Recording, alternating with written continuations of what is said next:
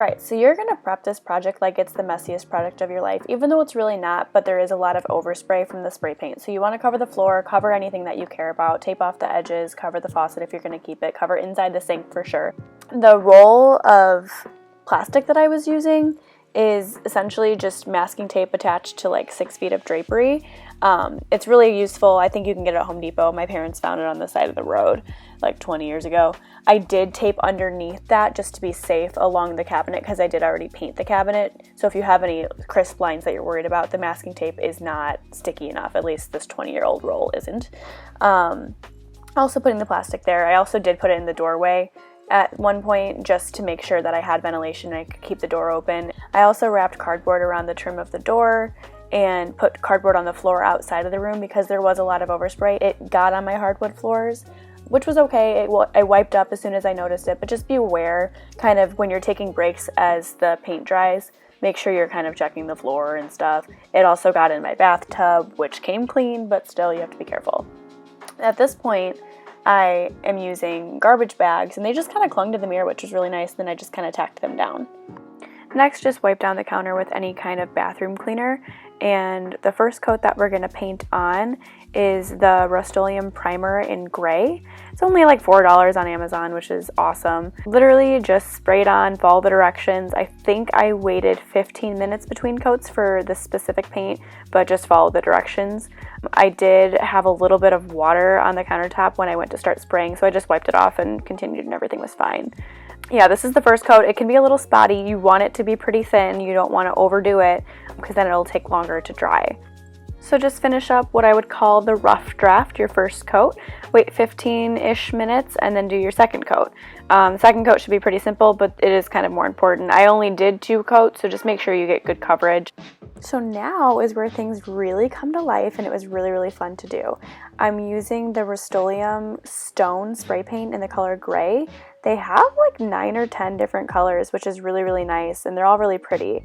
The one, when I bought it, it was only, I think, about $8 on Amazon, and now it's showing 10. It's during COVID-19, so I think they're honestly like inflating the prices for supply and demand, and they don't want people buying it. But when I bought it, things weren't really crazy yet, but that also explains the makeshift mask that I'm wearing. So it kind of has like, when you spray this, it has texture, like it's heavy. You can really feel it coming out of the bottle. It makes the plastic kind of move around and stuff, so make sure everything's tacked down really good. I was really concerned about that. But it definitely is a textured spray. It is meant to look like stone, so there's actual pieces kind of coming out of the nozzle. What I'm showing now is basically just what it looks like between the last stone coat, which I think I did 3 coats of the stone, and the glaze that I'm going to do. So it's just an in-between phase, just so you can see what it's supposed to look like before you actually put your glaze on, which I also purchased on Amazon. It's the Krylon Triple Thick High Gloss Clear Glaze for like $4, which is awesome. I bought 2 cans. I used all of them. I did 7 coats. I probably could have used 3 cans. I'm going to talk more about that at the end of the video. So please don't stop watching right now. I want to do my pros and cons later because I'm not crazy about it. Anyway, this is just a good example of how you're supposed to actually spray the clear glaze on. At least this one, the directions say you want a full wet looking coat. So at first I was kind of going too fast, I think, and it wasn't really wet looking. So I went back, and this is kind of just for you to kind of gauge the speed and the sound that it should sound like, just to know that you're giving it the proper coating. Really, it should shine at all angles. You just have to be sure that you're being thorough. So I wanted to show you guys the transformation before I go through the pros and cons. I love it. I think it's beautiful. It's very shiny. It has a nice texture. I also did the floor, which I'm also going to do a video on, but these are just nice pictures for you to see before I really start talking about things. Look at the shine and gloss and how, I just love it. So I'm sitting on the floor in my bathroom because I love this room now. It's awesome. This whole project probably cost about $25-ish. I had a lot of the stuff on hand already, like the roll of plastic and the cardboard. But if you're gonna just get painter's tape and plastic and stuff, that's probably only an extra $10 or $20, I would say. This is all kind of a temporary project. Eventually I would like to get a pedestal sink in this bathroom to have a little bit more space, but this is what I wanted to do while I had the time. So it's just kind of good to do for now, but this isn't gonna be a project I'm expecting to last even 5 years, you know. A little issue with the paint, like I kind of mentioned, you don't want too high of a concentration of paint in one area. So I had a couple where the 90-degree angle kind of met. I had paint either too concentrated or not enough. So some of it, whether you could still see the crack, and some you couldn't see the crack, and either you want one or the other. So I let the paint sit for about 24 hours. I think that's how long I let it sit. I would honestly stretch it and say I left it for 48 hours before I set anything on it. It's been about a week since I've done this project. The only thing that's been on it consistently is a bottle of soap, and I went to clean the countertop today. When I went to do that, I picked up the soap dispenser. There's like a little bit of a ring that I don't know if the soap ate away at it or the countertop wasn't cured before I set it down. So the only other thing I could think of is either the paint that I used, because one, I used Rust-Oleum as the primer and the stone, and then I used Krylon for the sealant.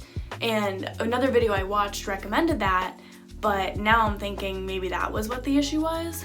Or I researched a little bit to see if Rust-Oleum had a similar clear gloss. Couldn't find anything on Amazon or Home Depot's website, but again, once you go into the store, you might find something else. I wanted to go the spray paint route. I definitely could have done like a roll-on or pour-on epoxy sealant, but that is a lot messier. It ends up dripping on the floor, and then you have to, it's just, I didn't want to do that. I wanted to go the easier, quicker route. So I would do this again, the same process. Maybe if I did this again in the future, I would try to find a different clear glaze coat, but again, it's not that big of a deal. Another thing that we could have done differently, or I could have done it differently, is instead of using that gray primer, I could have done the exact same primer but in white, and then the countertop would have like a lighter effect, maybe a little bit more dimensional, because I was doing a darker gray stone with a equivalently dark primer. But if I did a lighter primer and the darker stone, it probably would add a little something to it. All in all, I used, I think, 2 coats of the primer, which was like half a can. I used, I want to say 3 coats of the stone, and that was 1 can, maybe 1.5. And that's just how much, that's like preference. You definitely know when it's not enough, but I don't think you could overdo it. Like if you wanted to just do it just to make sure it's not going to chip or anything, go for it. It's just going to have more texture. And then another thing is I used, I think 7 total, maybe even 8 coats of the clear coat. Another thing that could have gone wrong with the soap bottle incident is maybe I just didn't do enough coats. Another video I saw, she did enough coats to where she couldn't feel the texture of the paint or see the texture because you can't touch it. That's another thing that I could have done. I just didn't have enough cans. I could have probably done 7 more coats, and then maybe it would be thick enough where you don't feel texture. It's nice and glossy. It would obviously be thicker, so that way you couldn't have something eat through it. So that's the only thing I could think of that I would have done differently. But all in all, I'm really, really, really happy with it. It's beautiful. It feels so nice. It makes the room feel so much more clean. Before, with the color that it was, it had stains on it, and everything we did, no matter how hard you cleaned it, it always looked dirty.